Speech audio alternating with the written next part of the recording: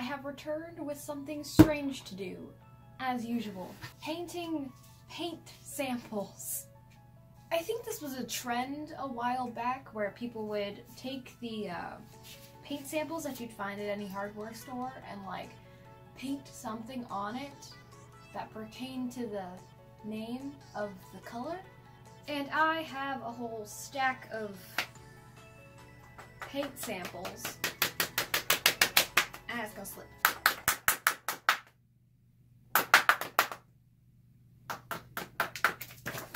Gosh dang it. Hi. I was gonna scare you. You gonna scare me? I made a mess. Are you recording? Yeah. It's fine, Mom. Mom, I love you! Hopefully I'm recording. Hi. What are you doing? Spying on you. Why are you spying on me? Anywho, as I was saying, this was a trend a while back where you painted paint samples. So, I'm gonna paint the paint samples because I have a lot of paint samples. Paint. Ah! Mom! I'm under attack! We're gonna wear this now. I don't even remember what I was saying. Something about painting paint samples, and that's what we're gonna do. So, let's do it. So, here is my collection of colorful paint samples. These are all of my choices for painting. Paint samples are free and really found at any place that sells paint for walls. And over time, I've collected a horde of these paint samples. I organized all of the colors in rainbow order, but they are all a little overwhelming, so I'm going to eliminate the ones that are not inspiring me. I was then left with these ones, so I am going to choose the sample of Lavender Sky, Garden Path, and lastly, Spring Cactus. I started off by taping off the name of the color so I wouldn't cover it with paint. Then I mixed up a different shade of purple from the original sample, and then I started to make some clouds.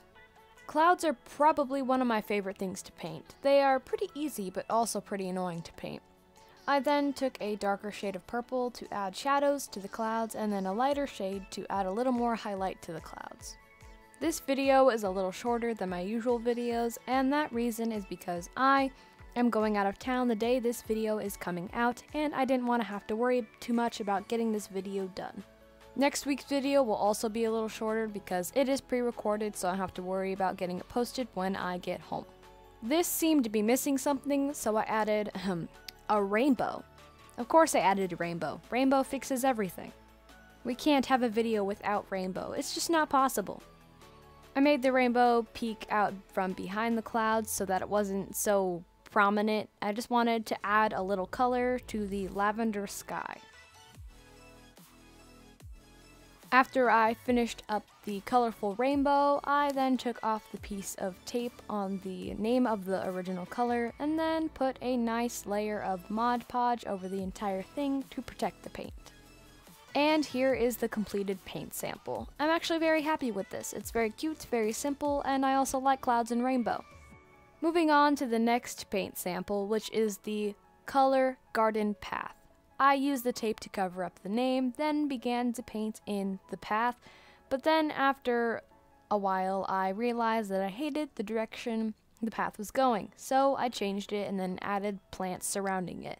I added colors, highlights, shadows, and such to make it look more like plants. The path was looking a little flat for me, so I added some texture with some colors to make it not so flat.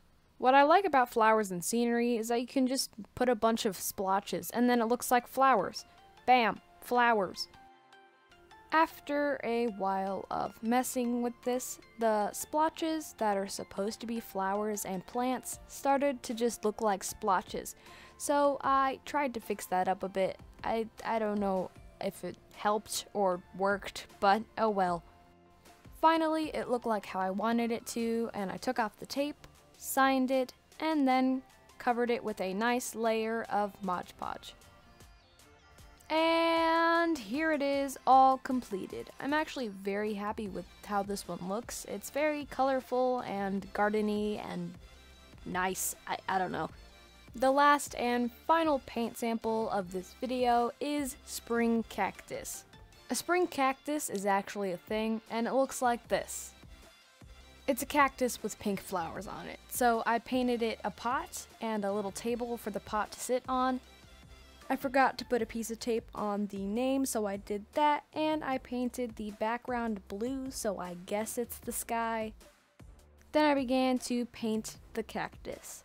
I tried to make the strokes in more of a cactus shape, and then I also added a bit of shading and some shading to the table, so then it didn't look so flat. And then I tried to add some plants around to fill in the space and make it not look so empty.